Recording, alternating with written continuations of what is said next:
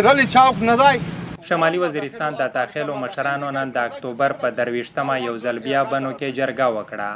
او پریکړه یې وکړه چې دولت که افغانستان او پاکستان کې میشته د داخلو تحصیل واپسی شیډول جاری نه کړ نو در روانې میاشتې 10مې نیټې نه میرعلي چوک کې درنه پیلوي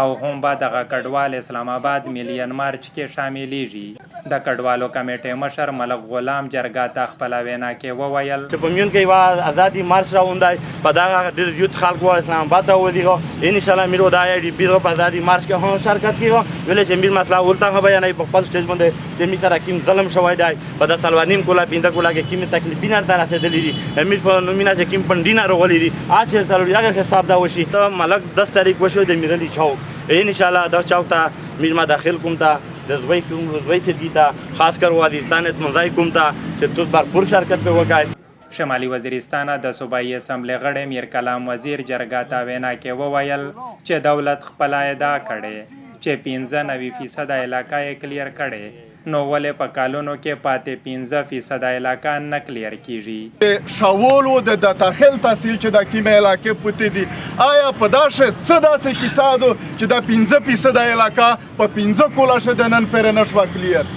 خو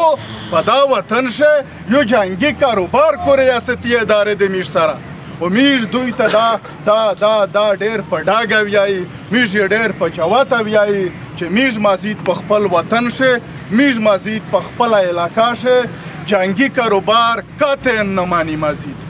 میش په خپل وطن شه امن غوړي میش په خپل وطن شه داسې ژوند تیرول غوړي لکه د نیر د نیو خلک چې تیروي ملک نثار علي خان وویل خپله سیمه ته تلل غواړي او هم سر ته امن غواړي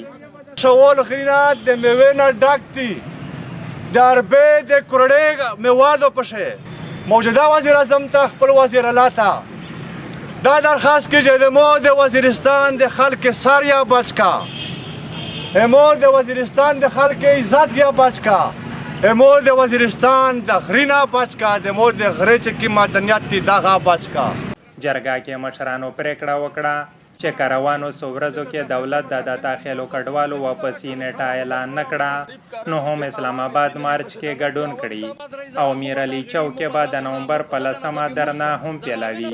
دولتي چارواکو د وړاندې مشال ریډیو ته ویلي چې زر د داخلو سیمې کلیر شي